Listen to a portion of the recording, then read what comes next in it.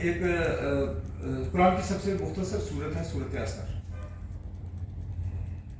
اس میں صدقہ جاریہ کی ایک وضاحت بھی بیان کی گئی.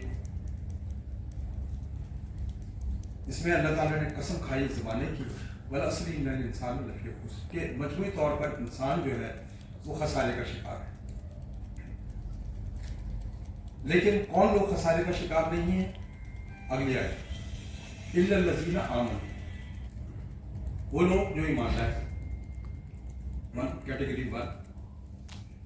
کیٹیگری 2 وعملوا الصالحات. صرف ایمان لانا کافی نہیں ہے، اس کے ساتھ اعمال صالح. اعمال صالح جو ہیں وہ صرف مسلمانوں کے لیے فرض نہیں ہے. اعمال صالح اس لیے اتارے گئے کہ نوع انسانی کو فلاح پہنچے. اس کیٹیگری میں نان مسلم بھی شامل ہیں.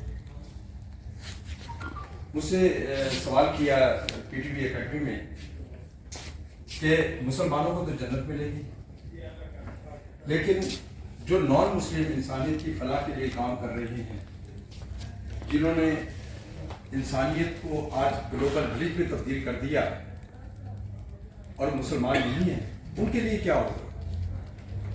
دیکھیں، یہ وعدہ ہے. قسم جب کھائی خسارے انسان مجموعی طور پر خسارے کی، تو ساتھ شاید رکھ دی کہ وہ لوگ جو ایمان لائے اور دوسرا جنہوں نے اعمال صالح کی. اعمال صالح میں وہ کیٹیگری آ گئی جو نان مسلم تھی.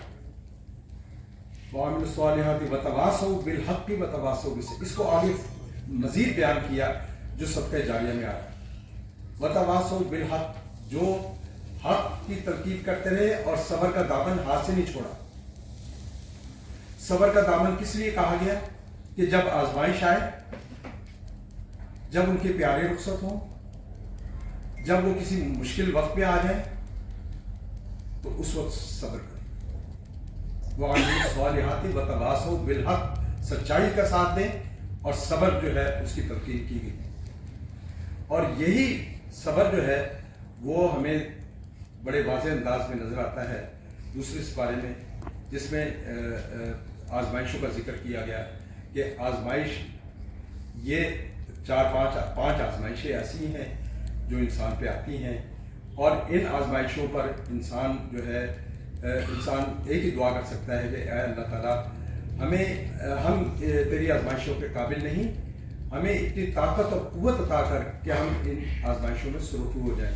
وہ آزمائشیں میں پہلے ہی بتا چکا تھا کہ 5 آزمائشیں ہیں. وَلَنَبْلُوَنَّكُمْ بِشَيْءٍ مِّنَ الْخَوْفِ. پہلی آزمائش خوف کی ہے. خوف کسی بیماری سے بھی ہو سکتا ہے، خوف کسی آسمانی آفت سے بھی ہو سکتا ہے.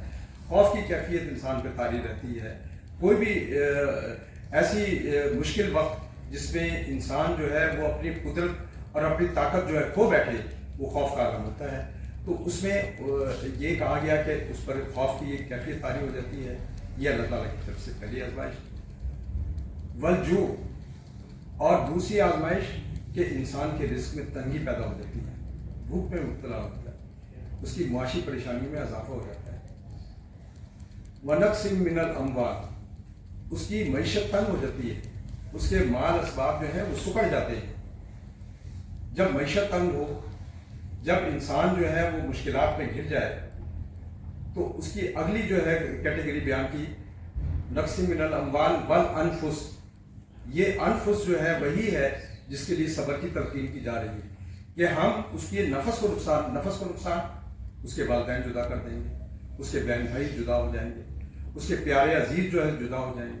ونفس من الاموال والانفس والثمرات، ہم اس کی زراعت کو نقصان پہنچائیں گے، زرعی معیشت بھی تباہ ہو. یہ وہ آزمائشیں جو اللہ تعالیٰ کی طرف سے آتی ہیں انسان کو، اور ہم انسان اس میں سے گزرتا ہے.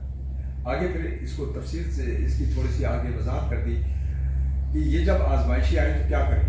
وبشر الصابرین، آگے صبر کریں.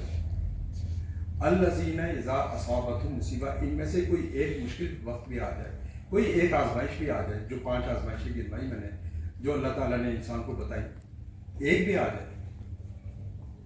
الذین اذا اصابتهم مصیبہ قالوا انا للہ وانا الیہ راجعون. آپ کی زبان کے ایک ہی کلمہ ہونا چاہیے کہ اللہ ساری چیزیں آپ ہی کی اور ہم سب کو آپ کی طرف لوٹنا ہے. دیکھیے، یہ وہ صبر اور ایثار کا جو جذبہ ہمیں قرآن نے دیا، یہ وہ مشکل وقت کے لیے دیا کہ جب بھی آپ پر مشکل وقت آئے تو آپ صبر کی تلقین کریں، اور آزمائش کو گزرنے کے لیے ایک بڑا زبردست واقعہ تھا. رسول اللہ صلی اللہ علیہ وسلم کی کوئی اولاد میل میں نہیں تھی. آتانا محمد النبا اہل میں رجالکم ولاکن رسول اللہ وخاتم النبیین. کہ اے نبی، اے محمد صلی اللہ علیہ وسلم، مردوں میں سے آپ کسی کے باپ نہیں ہیں، لیکن حضرت امام حسن اور امام حسین رضی اللہ تعالیٰ، یہ دو بچے ایسے تھے جو رسول اللہ صلی اللہ علیہ وسلم کے پیارے تھے. رسول اللہ صلی اللہ علیہ وسلم نے انہیں اپنے بیٹا کہا، اور ایک اگر کندھے پہ سوار ہوتا تھا تو دوسرا پشت پر سوار ہوتا تھا. اگر سجدے میں جا رہے ہیں تو ایک گردن پہ بیٹھتا تھا، دوسرا پشت پر بیٹھتا تھا. سجدہ نہیں اٹھتا تھا جب تک یہ بچے نہیں اٹھتے تھے. یہ ماں حضرت فاطمہ الزہرا کا ایک چلن تھا، ایک انہوں نے رواج بنایا تھا اپنے بچوں کے حوالے سے کہ بچے صبح فجر کی نماز کے بعد اپنے نانا کے پاس جائیں گے اور ان کی نشست میں بیٹھیں گے، ان کی گفتگو سنیں گے تاکہ ان کی تربیت ہو.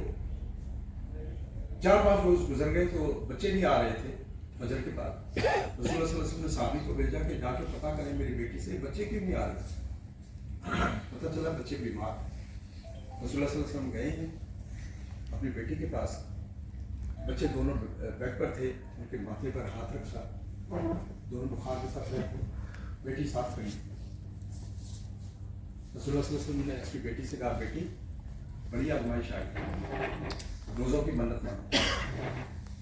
آزمائش میں کیا کرنا ہے؟ رسول اللہ صلی اللہ علیہ وسلم نے کہا کہ روزوں کی منت مانو. 3 روزوں کی منت مانو.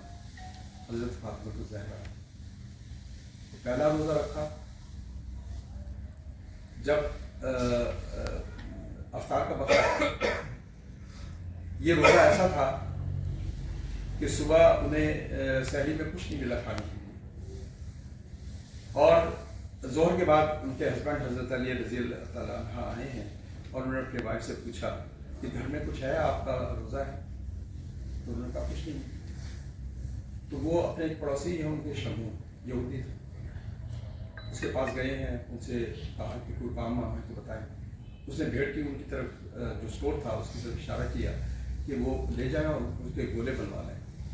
وہ گئے ہیں اور وہ ان کے گولے بنوائے ہیں، مارکیٹ میں فروخت کیے ہیں، وہاں سے جو خریدی ہے. حضرت فاطمہ الزہرا نے خود جو ہے پیسی ہے. الحمدللہ میں نے جب روضہ رسول کے اندر جو 3 بار زیارت کا موقع ملا ہے اندر، اس چکی کو میں نے دیکھا ہے جو جس پر حضرت فاطمہ الزہرا جو ہے وہ گیہوں پیسا کرتی تھی، یہ ان کو جہیز میں دی گئی تھی. تو یہ اس کے بعد 3 روٹیاں بنی ہیں، اور 3 روٹیاں، ایک روٹی اپنے لیے، ایک اپنے ہسبینڈ کے لیے، آدھی روٹی اپنے بچوں کے لیے. تو ان کے دروازے پہ دستک ہوئی افطار کے وقت. پوچھا کون؟ انہوں نے کہا کہ میں بہت مسکین ہوں، غریب ہوں، کھانے کے لیے کچھ نہیں. حضرت فاطمہ الزہرا نے اپنا جو حصے کا جو شیف تھا روٹی کا وہ دے دیا اسے. خود بھوکی پہلے دن کا تھا.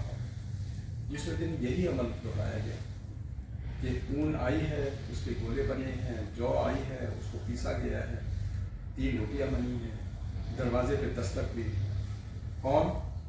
میں یتیم ہوں، میرے پاس کھانے کے لیے کچھ نہیں. اپنے حصے کا کھانا اس کو دے دیا. 2 دن کا کھاتا.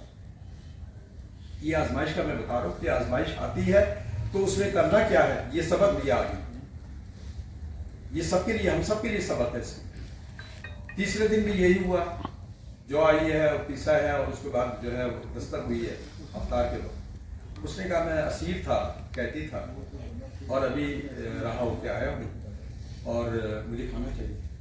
اپنے حصے کا شیئر سے دے دیا. 3 دن کا پاتا بیمار ہو. رسالت میں آپ کو معلوم ہوا کہ میری بیٹی بیمار ہے، تو وہ گئی ہیں. وہ گئے اس کے پاس، اپنی بیٹی کے پاس. بیٹی نے اپنے والد کو دیکھا تو بیڈ سے اٹھ کے چمٹ گئی، سینے سے لگ گئی، رو پڑی. ان کا رونا کیا تھا کہ آنسو ٹپکے ہیں اور فلک جو ہل گیا. حضرت جبرائیل امین قرآن لے کر آ گئے. 3 آیات نازل.